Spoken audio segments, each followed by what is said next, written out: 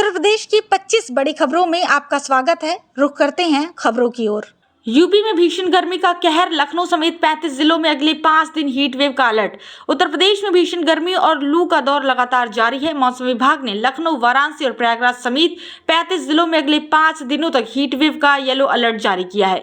शुक्रवार और शनिवार को 24 जिलों में लू चलने से लोगों को भारी परेशानी का सामना करना पड़ा। मौसम वैज्ञानिकों के अनुसार आने वाले दिनों में अधिकतम तापमान में 3 से 4 डिग्री सेल्सियस तक बढ़ोतरी हो सकती है। दोपहर के समय गर्म हवाएं और तेज धूप लोगों के लिए मुश्किलें बढ़ाएंगी। वहीं मानसून के इंतजार कर रही लोगों को अभी और इंतजार करना पड़ सकता है। मौसम विभाग का अनुमान है कि पूर्वी उत्तर प्रदेश में 25 जून के बाद प्री मानसून गतिविधियां शुरू होंगी, जबकि प्रदेश के अधिकांश हिस्सों में अच्छी बारिश पहुंचने में करीब 2 सप्ताह का समय लग सकता है। फिलहाल लोगों को लू और भीषण गर्मी से बचाव के लिए विशेष सावधानी बरतने की सलाह दी गई है। हमें सपोर्ट करने के लिए चैनल को लाइक, शेयर, सब्सक्राइब करिए और आप यूपी के किस गाँव, शहर या जिला से देख रहे हैं कॉमेंट सेक्शन में जरूर लिखिए। पॉलिटेक्निक प्रवेश परीक्षा का परिणाम जारी, आजमगढ़ की अंकित यादव बनी प्रदेश टॉपर। उत्तर प्रदेश में पॉलिटेक्निक संस्थानों में प्रवेश के लिए आयोजित जेईई-सीयूपी 2026 का परिणाम घोषित कर दिया गया है। इस वर्ष परीक्षा में शामिल 3,34,000 से अधिक अभ्यर्थियों में से 99% उम्मीदवारों को काउंसलिंग के लिए पात्र घोषित किया गया है। इंजीनियरिंग ग्रुप ए में आजमगढ़ के अंकित यादव ने 396 अंक हासिल कर पूरे प्रदेश में पहला स्थान प्राप्त किया है। वहीं गोरखपुर के अखिलेश कुमार गुप्ता, बलिया के कृष्ण शर्मा, पीलीभीत के संजीव तिवारी और लखनऊ की प्रतीक्षा सिंह ने अपने अपने ग्रुप में टॉप किया है। इस साल परीक्षा 2 जून से 9 जून तक प्रदेश के सभी 75 जिलों में कंप्यूटर आधारित टेस्ट के माध्यम से आयोजित की गई थी। कुल 4,23,000 से अधिक अभ्यर्थियों ने आवेदन किया था, जबकि करीब 3,34,000 उम्मीदवार परीक्षा में शामिल हुए। परिषद के अनुसार इंजीनियरिंग डिप्लोमा पाठ्यक्रमों की ऑनलाइन काउंसलिंग 25 जून से शुरू होगी और 15 अगस्त तक 5 चरणों में चलेगी। वहीं फार्मेसी डिप्लोमा की काउंसलिंग 24 जुलाई से शुरू होकर 15 सितंबर तक जारी रहेगी। अंतर्राष्ट्रीय योग दिवस पर यूपी में विशेष तैयारी, मुख्यमंत्री योगी झांसी में करेंगे नेतृत्व। 21 जून को अंतर्राष्ट्रीय योग दिवस के अवसर पर उत्तर प्रदेश सरकार ने प्रदेश के सभी जिलों में भव्य कार्यक्रमों की तैयारी पूरी कर ली है। कार्यक्रमों के सफल आयोजन के लिए मंत्रियों और नोडल अधिकारियों की तैनाती की गई है। मुख्यमंत्री योगी आदित्यनाथ झांसी में आयोजित मुख्य कार्यक्रम में शामिल होंगे। वहीं उप मुख्यमंत्री केशव प्रसाद मौर्य प्रयागराज और ब्रजेश पाठक लखनऊ में योग दिवस कार्यक्रमों की कमान संभालते हुए नजर आएंगे। इसके अलावा प्रदेश के कई वरिष्ठ मंत्रियों को अलग अलग जिलों की जिम्मेदारी सौंपी गई है। वित्त मंत्री सुरेश खन्ना शाहजहांपुर, कृषि मंत्री सूर्य प्रताप शाही देवरिया, जल शक्ति मंत्री स्वतंत्र देव सिंह गोरखपुर और बेबी रानी मौर्य आगरा में कार्यक्रमों की निगरानी करेंगे। सरकार का उद्देश्य योग दिवस को केवल एक सरकारी आयोजन तक सीमित न रखकर जन आंदोलन का रूप देना है। अधिकारियों को निर्देश दिए गए हैं कि अधिक से अधिक लोगों की सहभागिता सुनिश्चित की जाए और सभी तैयारियां समय पर पूरी हों। लखनऊ में कल 75 केंद्रों पर होगी नीट परीक्षा, प्रशासन ने पूरी की तैयारी। राजधानी लखनऊ में राष्ट्रीय पात्रता सह प्रवेश परीक्षा यानी नीट की दोबारा परीक्षा रविवार को 75 केंद्रों पर आयोजित की जाएगी। परीक्षा को लेकर प्रशासन ने सभी तैयारियां पूरी कर ली हैं और सुरक्षा व्यवस्था को लेकर विशेष इंतजाम किए गए हैं। जिलाधिकारी विशाख जी ने सभी परीक्षा केंद्रों पर ड्यूटी मजिस्ट्रेट नियुक्त किए हैं। अधिकारियों को परीक्षा से एक दिन पहले केंद्रों का निरीक्षण कर सभी व्यवस्थाएं सुनिश्चित करने के निर्देश दिए गए हैं। परीक्षा केंद्रों पर सुरक्षा के लिए पुलिस बल की तैनाती की जाएगी। साथ ही किसी भी आपात स्थिति से निपटने के लिए चिकित्सा सुविधाएं, एम्बुलेंस और आवश्यक दवाओं की व्यवस्था भी की गई है। 2,500 करोड़ रुपए से हाईटेक होगी लखनऊ की बिजली व्यवस्था, बनेगा smart Skoda control room. Lucknow की बिजली व्यवस्था को आधुनिक और अधिक भरोसेमंद बनाने के लिए Uttar Pradesh power corporation limited ने बड़ा कदम उठाया है। करीब 2,500 करोड़ रुपए की लागत से राजधानी में स्कॉडा यानी supervisory control and data acquisition system का अत्याधुनिक कंट्रोल रूम स्थापित किया जाएगा। इस कंट्रोल रूम की मदद से शहर में कहीं भी ट्रांसफार्मर, भूमिगत केबल या बिजली लाइन में खराबी आने पर उसकी जानकारी तुरंत स्क्रीन पर दिखाई देगी, जिससे मरम्मत कार्य तेजी से किया जा सकेगा और बिजली आपूर्ति बाधित होने की समस्या कम होगी। यूपीपीसीएल ने इस परियोजना के लिए 7 सदस्यीय विशेषज्ञ टीम का गठन किया है, जो वर्ष 2032 तक की जरूरतों को ध्यान में रखते हुए पूरी योजना तैयार करेगी। इसके अलावा शहर में 20 नए बिजली उपकेंद्र बनाए जाएंगे और कई प्रमुख उपकेंद्रों में पावर ट्रांसफार्मरों की क्षमता दुगनी की जाएगी। बताया जा रहा है कि इस परियोजना की विस्तृत रिपोर्ट जुलाई अगस्त तक तैयार हो जाएगी और इसके लिए केंद्र सरकार से भी आर्थिक सहयोग मिलने की संभावना है।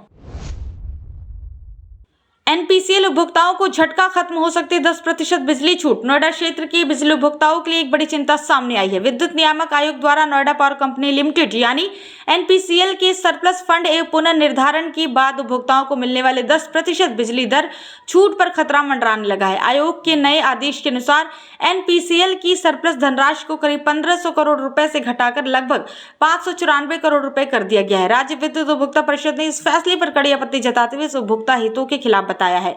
परिषद का कहना है कि इस निर्णय के कारण भविष्य में बिजली उपभोक्ताओं को मिल रही छूट समाप्त हो सकती है और बिजली दरों में बढ़ोतरी भी संभव है। परिषद ने आयोग से फैसले पर पुनर्विचार करने और प्रदेश सरकार से इस आदेश के खिलाफ अपीलीय न्यायाधिकरण में जाने की मांग की है। उपभोक्ता परिषद ने चेतावनी दी है कि यदि समय रहते इस मामले पर कार्रवाई नहीं हुई तो इसका असर सिर्फ नोएडा पर ही नहीं बल्कि भविष्य में पूरे प्रदेश की बिजली की दर नीति पर पड़ सकता है। काशी विंध्य क्षेत्र बनेगा सिटी इकोनॉमिक रीजन, वाराणसी समेत 7 जिलों की बदलेगी तस्वीर। उत्तर प्रदेश के काशी विंध्य क्षेत्र को देश के प्रमुख सिटी इकोनॉमिक रीजन के रूप में विकसित करने की दिशा में बड़ा कदम उठाया गया है। केंद्र सरकार की इस महत्वाकांक्षी योजना पर राज्य सरकार ने काम शुरू कर दिया और आवास एवं शहरी नियोजन विभाग को इसका नोडल विभाग बनाया गया है। इस परियोजना के तहत वाराणसी, जौनपुर, चंदौली, गाजीपुर, मिर्जापुर, भदोही और सोनभद्र को एकीकृत आर्थिक क्षेत्र के रूप में विकसित किया जाएगा। योजना का उद्देश्य औद्योगिक गतिविधियों को बढ़ावा देने के साथ साथ इस पूरे क्षेत्र को पर्यटन, शिक्षा और मेडिकल हब के रूप में विकसित करना है।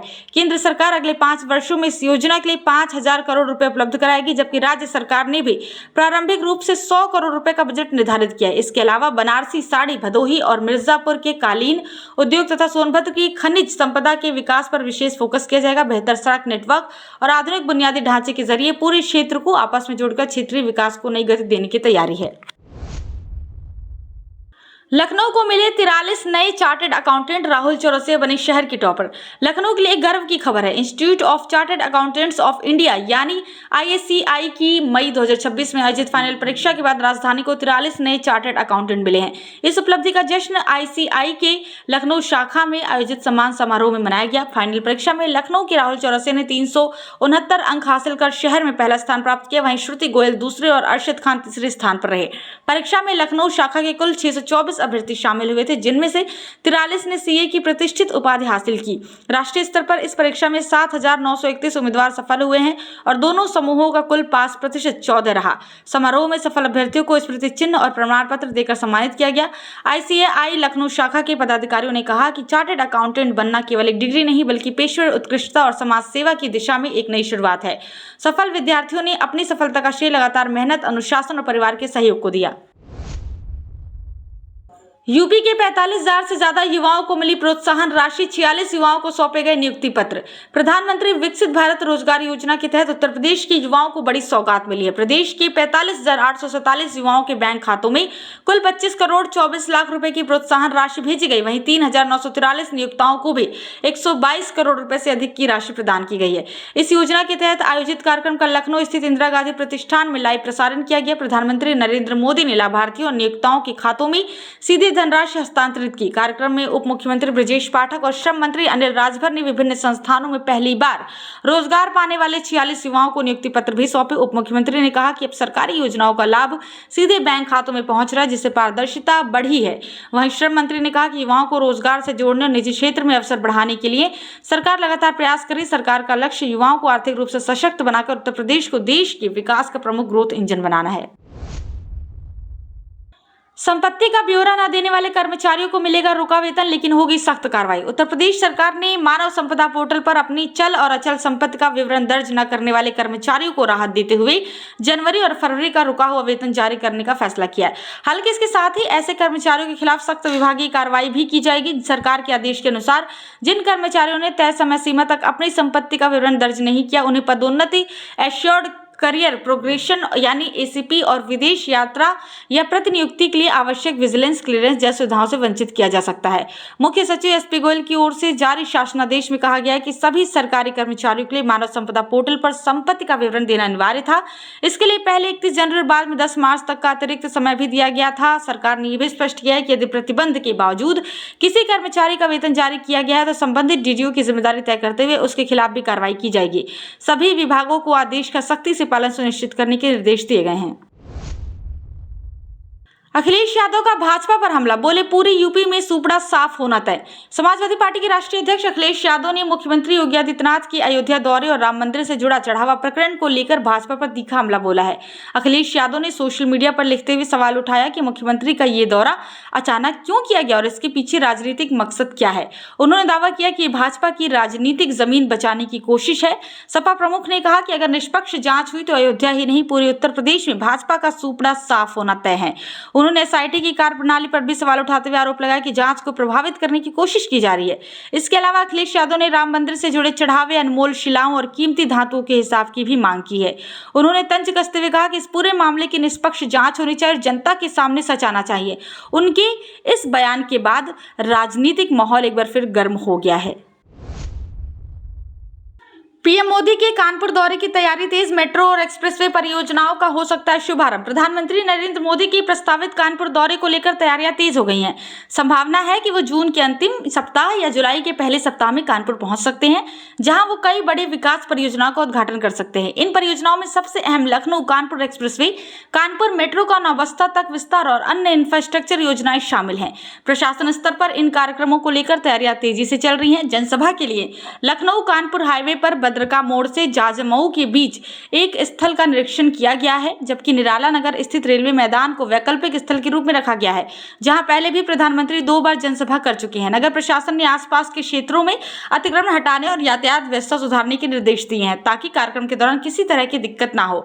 अधिकारियों के अनुसार प्रधानमंत्री के दौरे के दौरान क्षेत्र को कई महत्वपूर्ण विकास परियोजनाओं की सौगात मिलने की उम्मीद है, जिससे कानपुर और आसपास के इलाकों में बुनियादी ढांचे को नई गति मिलेगी। 26 से 30 वर्ष की महिलाओं में सर्वाइकल कैंसर का खतरा अधिक, पश्चिम यूपी में 6% एचवीपी संक्रमण मिला। पश्चिम उत्तर प्रदेश में हुए एक नए शोध में महिलाओं के स्वास्थ्य को लेकर चिंताजनक तथ्य सामने आए हैं। शोध के अनुसार क्षेत्र की लगभग 6% महिलाओं में high risk human papilloma virus यानी एचवीपी संक्रमण पाया गया है, जिसमें 26 से 30 वर्ष की आयु वर्ग की महिलाओं में संक्रमण की दर सबसे अधिक है। लाला लाजपत राय मेडिकल कॉलेज मेरठ के विशेषज्ञों द्वारा किए गए इस अध्ययन में 20 से 40 वर्ष की 462 महिलाओं के सैंपल जांचे गए।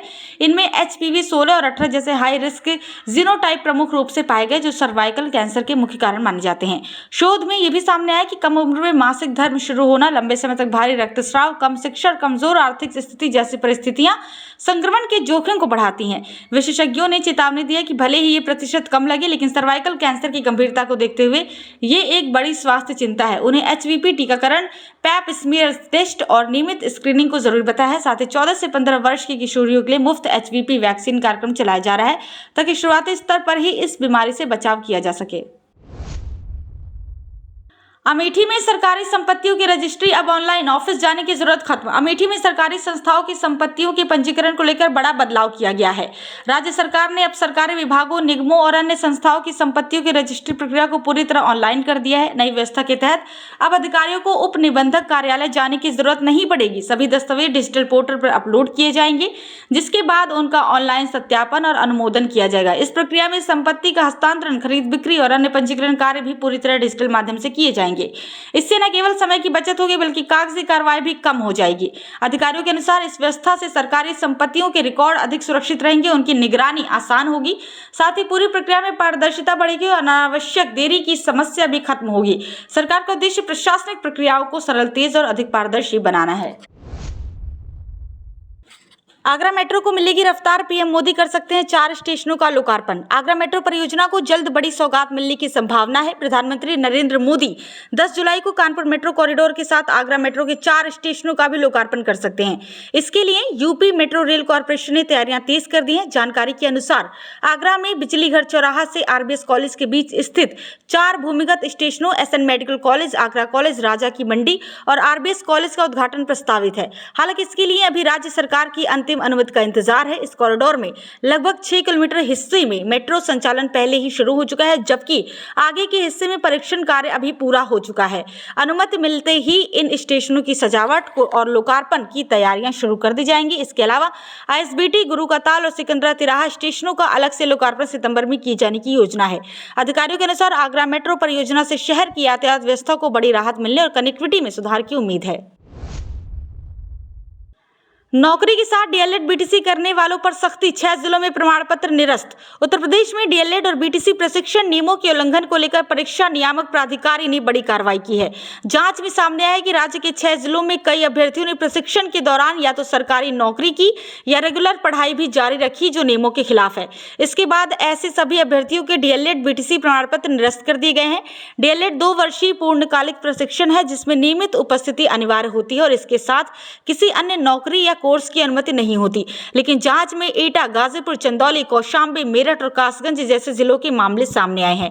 इनमें कुछ लोग लेखपाल, अनुदेशक, डाटा ऑपरेटर और पंचायत सहायक जैसे पदों पर कार्यरत रहते हुए प्रशिक्षण लेते पाए गए, जबकि कुछ ने LLB जैसी पढ़ाई भी साथ में की। शिकायतों के आधार पर हुई जांच के बाद PNP ने प्रमाण पत्र रद्द कर दिए और संबंधित संस्थानों को इसकी सूचना भेज दी है। अधिकारियों ने स्पष्ट किया है कि भविष्य में भी नियम उल्लंघन पर ऐसे ही सख्त कार्रवाई जारी रहेगी।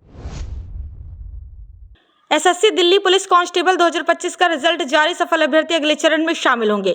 कर्मचारी चयन आयोग यानी SSC ने दिल्ली पुलिस कांस्टेबल भर्ती परीक्षा 2025 का परिणाम जारी कर दिया। इस परीक्षा में सफल हुए अभ्यर्थियों को अब भर्ती प्रक्रिया के अगले चरण में शामिल होना होगा, जिसमें शारीरिक दक्षता परीक्षा यानी PET, शारीरिक मार्ग परीक्षण PMT और दस्तावेज सत्यापन DV शामिल है। इन सभी चरणों को पूरा करने के बाद ही अंतिम चयन सूची तैयार की जाएगी।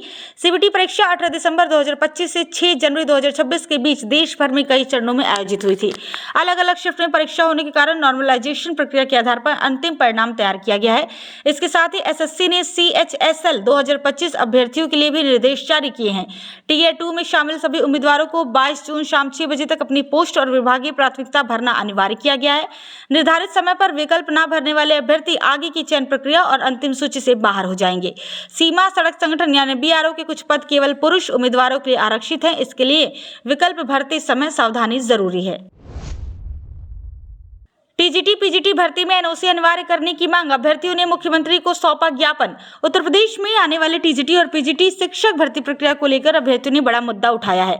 अभ्यर्थियों ने मुख्यमंत्री को ज्ञापन भेजकर मांग की है कि उसी पद पर पहले से कार्यरत उम्मीदवारों के लिए अनापत्ति प्रमाण पत्र यानी NOC अनिवार्य किया जाए, ताकि एक ही पद पर दोबारा चयन होकर सीट खराब ना हो। अभ्यर्थियों का कहना है कि कई चयनित उम्मीदवार बेहतर जिले की उम्मीद में नई भर्ती में फिर से आवेदन करते हैं और मनचाहा जिला न मिलने पर ज्वाइन नहीं करते, जिससे पद खाली रह जाता है और चयन प्रक्रिया प्रभावित होती है। इसलिए मांग की गई कि ऐसे मामलों में स्कूल या विभाग से NOC लेना अनिवार्य किया जाए। इसके अलावा एडेड जूनियर हाई स्कूल शिक्षक भर्ती का ज्ञापन जल्द जारी करने की भी मांग की गई है, क्योंकि 2021 के बाद से कोई बड़े शिक्षक भर्ती ही आई नहीं है। अभ्यर्थियों का कहना है कि प्रदेश के विद्यालयों में शिक्षकों की भारी कमी है, जिससे पढ़ाई प्रभावित हो रही है। वो चाहते हैं कि भर्ती प्रक्रिया अधिक पारदर्शी और प्रभावी बनाई जाए। करनी सेना अध्यक्ष का आरोप, राम मंदिर से जुड़े कथित घोटाले को दबाने की कोशिश, 50 सीटों पर चुनाव लड़ने का ऐलान। करनी सेना के अंतर्राष्ट्रीय अध्यक्ष सूरजपाल सिंह अम्मू ने अलीगढ़ में एक कार्यक्रम के दौरान सरकार और स्थानीय जनप्रतिनिधियों पर तीखे आरोप लगाए हैं। उन्होंने कहा कि शहर में विकास कार्यों की स्थिति खराब है और जिन सड़कों को बेहतर बताया गया था वो अब जर्जर हालत में है। अम्मू ने सबसे गंभीर आरोप श्री राम मंदिर से जुड़े कथित चोरी और घोटाले के मामले को लेकर लगाए हैं। उन्होंने कहा कि इस मामले की निष्पक्ष जांच होनी चाहिए, लेकिन इसे दबाने की कोशिश की जा रही है, जिससे श्रद्धालुओं की भावनाएं आहत हो रही हैं। उन्होंने नगर निगम और जनप्रतिनिधियों पर भ्रष्टाचार के आरोप लगाते हुए विधायकों और सांसदों की संपत्ति की जांच की मांग की है। साथ ही उन्होंने दावा किया है कि जनता अब जागरूक हो चुकी है और समय आने पर जवाब जरूर देगी। राजनीतिक संकेत देते हुए करनी सेना अध्यक्ष ने घोषणा की है कि संगठन उत्तर प्रदेश में आने वाले चुनाव में 50 सीटों पर चुनाव लड़ेगा और युवाओं के समर्थन के साथ राजनीतिक ताकत दिखाएगा। नोएडा जिला अस्पताल में डॉक्टर नदारद, मरीजों को इंटर्न के भरोसे छोड़ा गया इलाज। नोएडा के जिला अस्पताल में स्वास्थ्य सेवाओं की गंभीर लापरवाही सामने आई है। OPD में वरिष्ठ डॉक्टरों के अनुपस्थित रहने के कारण मरीजों को लंबी कतारों में घंटों इंतजार करना पड़ा, जबकि कई विभाग में इलाज इंटर्न डॉक्टरों के भरोसे चलता पाया गया। पड़ताल में बाल रोग और नेत्र रोग OPD में वरिष्ठ डॉक्टर अपनी सीट पर मौजूद नहीं थे। मरीजों में जूनियर डॉक्टर या इंटर्न ही परामर्श दे रहे थे। कई जगहों पर अल्ट्रासाउंड मशीन भी बंद पाई गई। स्टाफ बाहर समय बिताता मिला, जिससे मरीजों को भारी परेशानी का सामना करना पड़ा। अस्पताल प्रशासन ने डॉक्टरों को सुबह 8 बजे से दोपहर 2 बजे तक OPD में मौजूद रहने के सख्त निर्देश दिए हैं, लेकिन इन निर्देशों की खुलेआम अनदेखी हो रही है। अधिकारियों ने चेतावनी दी कि निरीक्षण में लापरवाही मिलने पर डॉक्टरों के खिलाफ कार्रवाई की जाएगी और वेतन भी रोका जा सकता है। ये मामला सरकारी स्वास्थ्य सेवाओं की स्थिति और डॉक्टरों की जिम्मेदारी पर गंभीर सवाल खड़ा करता है।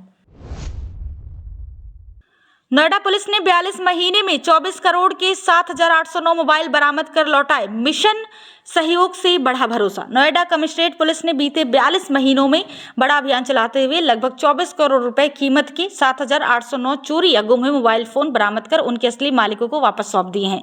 पुलिस ने यह सफलता आधुनिक तकनीक, सेंट्रल इक्विपमेंट आइडेंटिटी रजिस्टर यानी CIER पोर्टल और इलेक्ट्रॉनिक सर्विलांस की मदद से हासिल की। पुलिस के अनुसार जिले के थानों और चौकियों में रोजाना मोबाइल चोरी, झटपटमारी और गुम होने की शिकायतें आती हैं। शिकायत मिलने के बाद मोबाइल के IMEI नंबर को ट्रैक किया जाता है। जैसे जैसे ही फोन किसी नेटवर्क पर सक्रिय होता है, तकनीक सिस्टम के जरिए उसकी लोकेशन का पता लगाकर कार्रवाई की जाती है और वर्तमान उपयोगकर्ता से संपर्क कर मोबाइल बरामद किया जाता है। पुलिस आयुक्त लक्ष्मी सिंह ने बताया कि मोबाइल आज लोगों की रोजमर्रा की जरूरत बन चुका है, जिसमें बैंकिंग और निजी डेटा भी होता है। ऐसे में इसके खोने या चोरी होने से लोगों को आर्थिक और मानसिक नुकसान होता है, इसलिए इसे प्राथमिकता पर रखा गया है। इस पूरी पहल को मिशन सहयोग नाम दिया गया है, जिसके तहत पुलिस न सिर्फ मोबाइल लौटाती है बल्कि जनता और पुलिस के बीच भरोसा भी मजबूत कर रही है। नोएडा में बड़ा बदलाव, जीआईपी मॉल और गार्डन गैलेरिया होंगे अलग। 15,000 वर्ग मीटर जमीन की ई नीलामी की तैयारी। नोएडा प्राधिकरण सेक्टर 38A स्थित जीआईपी मॉल नोएडा और गार्डन गैलेरिया मॉल नोएडा के बीच मौजूद लगभग 15,000 वर्ग मीटर जमीन को अलग करने की तैयारी कर रहा है। ये जमीन अब ई नीलामी के जरिए बेची जाएगी, जिससे दोनों मॉल का परिसर अलग अलग हो जाएगा। प्राधिकरण ने अदालत में लंबी कानूनी लड़ाई जीतने के बाद इस जमीन पर अपना कब्जा सुनिश्चित किया है। पहले भी इस जमीन को खाली कराने की कोशिश की गई थी, लेकिन प्रक्रिया बीच में रुक गई थी। अब दोबारा सक्रियता दिखाते हुए इसे वाणिज्यिक श्रेणी में नीलाम करने का निर्णय लिया गया है। ये विवाद यूनिटेक ग्रुप से जुड़े प्रोजेक्ट के तहत चला आ रहा था, क्योंकि जीआईपी मॉल का निर्माण भी यूनिटेक द्वारा किया गया था, जो अब दिवालिया हो चुका है। सुप्रीम कोर्ट द्वारा 2020 में पुराने बोर्ड को भंग कर नए प्रबंधन को जिम्मेदारी सौंपी गई थी। जमीन पर पहले पार्किंग, पैथवे और कुछ व्यवसायिक गतिविधियां चल रही थी, जिनमें एक अनोखा रेस्टोरेंट भी शामिल था। अब नीलामी के बाद ये पूरा इलाका प्राधिकरण के नियंत्रण में आएगा और दोनों मॉल के बीच भौतिक विभाजन स्पष्ट हो जाएगा। नोएडा श्रमिक हिंसा केस, 1500 पन्नों की चार्जशीट दाखिल। 2018 से नेटवर्क चलाने का आरोप, 3 नए नाम सामने आए। ग्रेटर नोएडा में अप्रैल 2026 में हुई श्रमिक हिंसा मामले में पुलिस ने बड़ी कार्रवाई करते हुए लगभग 1500 पन्नों की विस्तृत चार्जशीट अदालत में दाखिल की है। इस चार्जशीट में 77 गवाह बनाए गए हैं और जांच के दौरान 3 नए आरोपियों के नाम भी सामने आए हैं, जिनकी गिरफ्तारी की संभावना जताई जा रही है। पुलिस का दावा है कि मुख्य आरोपी रुपेश राय 2018 से एक संगठित सरकारी विरोधी नेटवर्क चला रहा है, जिसमें सोशल मीडिया और विभिन्न संगठनों के माध्यम से भड़काऊ सामग्री फैलाने की बात सामने आई है। जांच में यह भी आरोप लगाया गया है कि श्रमिकों को वेतन बढ़ोतरी और अन्य मांगों के नाम पर 9 से 13 अप्रैल 2026 के बीच हड़ताल और हिंसा के लिए उकसाया गया। इस मामले में पहले ही 10 आरोपियों को गिरफ्तार कर जेल भेजा जा चुका है, जिनमें आकृति, मनीषा चौधरी और अन्य शामिल हैं। अब जांच में प्रेमदास शर्मा, प्रेरित लोढ़ा और योगेश मीना के नाम भी जुड़े हैं। पुलिस के अनुसार डिजिटल सबूतों जैसे मोबाइल, लैपटॉप, सीडीआर रिकॉर्ड और व्हाट्सएप ग्रुप के जरिए हिंसा की साजिश के संकेत मिले हैं। आरोप है कि ऋचा ग्लोबल नाम से एक व्हाट्सएप ग्रुप बनाकर आंदोलन को संगठित किया गया और हिंसा के लिए रणनीति तैयार की गई। पुलिस इसे एक लंबी अवधि से चल रहे नेटवर्क का हिस्सा बता रही है, जबकि आगे की जांच और गिरफ्तारी की प्रक्रिया जारी है। नोएडा एयरपोर्ट उद्घाटन में भाजपा में घमासान, कई नेताओं को न्योता न मिलने पर हाईकमान तक पहुंची शिकायत। ग्रेटर नोएडा स्थित नोएडा इंटरनेशनल एयरपोर्ट जेवर के पहली उड़ान कार्यक्रम को लेकर भाजपा में अंदरूनी विवाद खुलकर सामने आ गया है। आरोप है कि इस ऐतिहासिक आयोजन में कई बड़े जनप्रतिनिधियों और संगठन के वरिष्ठ नेताओं को आमंत्रण ही नहीं भेजा गया, जिससे पार्टी में असंतोष फैल गया। सांसद डॉक्टर महेश शर्मा, राज्यसभा सांसद सुरेंद्र नागर, विधायक, विधान परिषद सदस्य और जिला संगठन के कई प्रमुख नेताओं को कार्यक्रम में शामिल न किए जाने पर नाराजगी जताई गई है। इन नेताओं ने मामले की शिकायत भाजपा हाईकमान और राज्य नेतृत्व तक पहुंचा दी है। इसके बाद केंद्रीय और राज्य स्तर पर पूरे मामले की रिपोर्ट तलब की गई है। सूत्रों के अनुसार कार्यक्रम के आयोजन में यमुना प्राधिकरण और यापल की भूमिका थी, लेकिन आमंत्रण सूची को लेकर पारदर्शिता पर सवाल उठे। कुछ नेताओं का आरोप है कि चुनिंदा लोगों को ही बुलाया गया, जिससे संगठनात्मक तालमेल पर सवाल खड़े हो गए हैं। नया नोएडा को जेवर एयरपोर्ट से जोड़ने की बड़ी योजना, लिंक एक्सप्रेसवे पर लूप से 80 गांवों को मिलेगा सीधा फायदा। नोएडा प्राधिकरण ने नया नोएडा यानी DNGIR नोएडा को नोएडा इंटरनेशनल एयरपोर्ट जेवर से सीधे जोड़ने की योजना तेज कर दी है। इसके लिए प्राधिकरण UP-EDA को पत्र लिखकर प्रस्तावित लिंक एक्सप्रेसवे पर लूप बनाने की मांग करेगा, ताकि क्षेत्र के गाँवों को एयरपोर्ट तक सीधी कनेक्टिविटी मिल सके। ये लिंक एक्सप्रेसवे गंगा एक्सप्रेसवे और यमुना एक्सप्रेसवे को जोड़ने के करीब 72 किलोमीटर लंबा होगा, जिसका लगभग 20 किलोमीटर हिस्सा DNGIR क्षेत्र से होकर गुजरेगा। इसी हिस्से में लूप बनाकर नया नोएडा के 80 गांवों को सीधा लाभ देने की योजना है, जिनमें 20 गांव ग्रेटर नोएडा और 60 गांव बुलंदशहर के शामिल हैं। बैठक में तय किया गया है कि इस प्रस्ताव पर UP-EDA को औपचारिक पत्र भेजा जाएगा, ताकि योजना को मंजूरी मिल सके और विकास कार्य तेजी से किए जा सके। गोरखपुर देवरिया बाईपास फ्लाईओवर पर तय हुई 50 किलोमीटर प्रति घंटे की रफ्तार, सुरक्षित सफर के लिए नई व्यवस्था लागू। गोरखपुर में देवरिया बाईपास पर बन रहे 4 लेन फ्लाईओवर पर वाहनों की अधिकतम गति सीमा 50 किलोमीटर प्रति घंटा तय कर दी गई है। ये फ्लाईओवर ट्रांसपोर्ट नगर से पैडलगंज 6 लेन फ्लाईओवर से जोड़ा जा रहा है और इसका निर्माण अंतिम चरण में पहुंच चुका है। इससे शहर में यातायात व्यवस्था को अधिक सुगम और सुरक्षित बनाने की तैयारी की जा रही है। अधिकारियों के अनुसार जहां फ्लाईओवर सीधा है वहां 50 किलोमीटर प्रति घंटा और जहां मोड़ है वहां 30 किलोमीटर प्रति घंटा की गति सीमा लागू रहेगी। पहले से बने 6 लेन फ्लाईओवर के साथ इसे जोड़ने के लिए बीच के हिस्से की शटरिंग पूरी कर ली गई और जल्द ही कंक्रीट ढलाई भी पूरी हो जाएगी। यातायात व्यवस्था को सुचारू रखने के लिए फ्लाईओवर पर ग्लोबल यू टर्न जैसी व्यवस्था भी बनाया जाएगा, जिससे वाहनों को मुड़ने में कोई परेशानी ना हो। इसके अलावा पुलिस निगरानी के लिए ज्वाइंट पॉइंट पर विशेष स्थान भी तय किया जा रहा है ताकि 24 घंटे ट्रैफिक पर नजर रखी जा सके। सेतु निगम के अनुसार डिवाइडर पेंटिंग और पिलरों की सौंदर्यीकरण भी पूरा किया जा चुका है और बाकी काम 1-2 दिन में पूरा होने की उम्मीद है। दरभंगा खातीपुरा अमृत भारत एक्सप्रेस 22 जून से शुरू, गोरखपुर होकर पूर्वांचल को मिलेगी नई रेल सुविधा। अमृत भारत एक्सप्रेस अब 22 जून से नियमित रूप से चलने जा रहे, जो पूर्वांचल और उत्तर भारत के यात्रियों के लिए बड़ी राहत मानी जा रही है। ये ट्रेन दरभंगा से जयपुर के खातीपुरा तक चलेगी और बीच में गोरखपुर होकर गुजरेगी। ये ट्रेन सप्ताह में 6 दिन संचालित होगी। खातीपुरा से 22 जून, दरभंगा से 30 जून से नियमित सेवा शुरू होगी।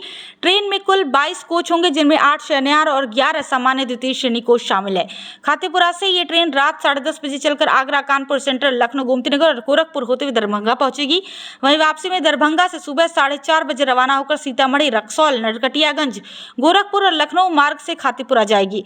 गोरखपुर को इस नई ट्रेन सेवा का महत्वपूर्ण जंक्शन बनाया गया है, जिससे पूर्वांचल के यात्रियों को जयपुर, आगरा और बिहार के बीच सीधा और आसान संपर्क मिलेगा। ये नई ट्रेन लंबे रूट पर यात्रा को तेज और सुविधाजनक बनाने के उद्देश्य से शुरू की जा रही है। मुरादाबाद में 20,000 उपभोक्ताओं को नहीं मिल रहा बिजली बिल, विभाग ने जारी किया व्हाट्सएप नंबर। मुरादाबाद में नई बिजली बिलिंग व्यवस्था के कारण करीब 20,000 उपभोक्ता परेशान हैं, क्योंकि उनके मोबाइल पर बिजली बिल ही नहीं पहुंच रहा है। इससे लोग समय पर बिल भुगतान नहीं कर पा रहे और लगातार विभागीय दफ्तरों के चक्कर लगाने को मजबूर हैं। बिजली विभाग ने पहले स्मार्ट मीटर और डिजिटल बिलिंग व्यवस्था लागू की थी, जिसमें उपभोक्ताओं को हर महीने मोबाइल पर बिल भेजा जाना था, लेकिन तकनीकी खामियों, डेटा अपडेट न होने और सिस्टम की दिक्कतों के कारण बड़ी संख्या में उपभोक्ताओं को बिल संदेश नहीं मिल रहे हैं। जिले में कुल 4 लाख से अधिक उपभोक्ता हैं, जिनमें लगभग 2 लाख के घर स्मार्ट मीटर लगे हैं। बावजूद इसके 20,000 उपभोक्ता अभी भी बिल से वंचित हैं। विभाग का कहना है कि समस्या के समाधान के लिए उपभोक्ताओं के मोबाइल नंबर और रिकॉर्ड का सत्यापन किया जा रहा है। Uttar Pradesh power corporation limited ने शिकायतों के समाधान के लिए व्हाट्सएप नंबर 7859804803 जारी किया है, जिसके जरिए उपभोक्ता बिल न मिलने, त्रुटि सुधार और मोबाइल अपडेट जैसी शिकायतें दर्ज करा सकते हैं। विभाग ने समस्या के स्थायी समाधान के लिए विशेष अभियान चलाने की भी तैयारी की है।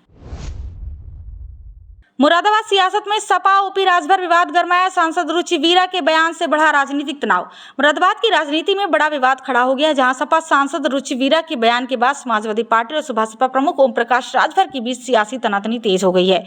रुचि वीरा ने दावा किया है कि ओपी राजभर खुद समाजवादी पार्टी में आने की कोशिश कर रहे हैं, जबकि राजभर ने पहले उन पर टिप्पणी की थी। ये विवाद तब और बढ़ा जब सपा की पीडीए सम्मेलन में सांसद रुचि वीरा को आमंत्रित नहीं किया गया और उनके पोस्टर बैनर के नाम भी गायब था। इस पर सांसद ने नाराजगी जताते हुए पार्टी नेतृत्व से शिकायत की बात कही और इसे पार्टी के अंदर कुछ लोगों की साजिश बताया। सांसद ने आरोप लगाया कि स्थानीय स्तर पर कुछ नेताओं की गुटबाजी के कारण उन्हें अपमानित किया गया, जिससे भारतीय जनता पार्टी को राजनीतिक लाभ मिल रहा है। उन्होंने ये भी कहा कि वो इस मामले की जांच पार्टी अध्यक्ष से करवाने की मांग करेंगी। वहीं ओपी राजभर ने सोशल मीडिया पर सवाल उठाते हुए कहा था कि कार्यक्रम में बुलावे को लेकर स्थिति स्पष्ट की जाए। इस पूरे घटनाक्रम ने यूपी की सियासत में नई हलचल पैदा कर दी और सपा के भीतर गुटबाजी को लेकर बहस तेज हो गई है। मथुरा में सरकारी मक्का बीज पर सवाल, भुट्टो में दाना न आने से किसानों को भारी नुकसान। मथुरा की महावन तहसील क्षेत्र में सरकारी अनुदान पर दिए गए मक्का बीज से किसानों को बड़ा नुकसान होने की खबर सामने आई है। कई किसानों की फसल में भुट्टा तो आया, लेकिन उसमें दाना नहीं बना, जिससे पूरी मेहनत और लागत बर्बाद हो गई। कृषि विभाग ने कुल 54 किसानों को अनुदान पर मक्का बीज उपलब्ध कराया था, जिनमें से 16 किसानों ने शिकायत दर्ज कराई है। प्रभावित गाँव में कारब, पचावर, नगला, लोका, बहादुरपुर और अड्डा शामिल है। किसानों का कहना है कि उन्होंने समय पर बुआई, खाद और सिंचाई की, फिर भी फसल में उत्पादन ही नहीं हुआ। किसानों का आरोप है कि बीज में खराबी या गुणवत्ता की कमी के कारण ये समस्या आई है, जिससे उनकी आर्थिक स्थिति पर गंभीर असर पड़ा है। कई किसानों ने मुआवजे की मांग की है, क्योंकि पहले ही आलू की फसल से उन्हें नुकसान हो रहा था। कृषि विभाग ने मामले की जांच शुरू करने की बात कही है। अधिकारियों के अनुसार केवल एक ही क्षेत्र से शिकायतें मिली, इसलिए बीज गुणवत्ता के साथ साथ मिट्टी की भी जाँच कराई जाएगी, ताकि वास्तविक कारण पता चल सके।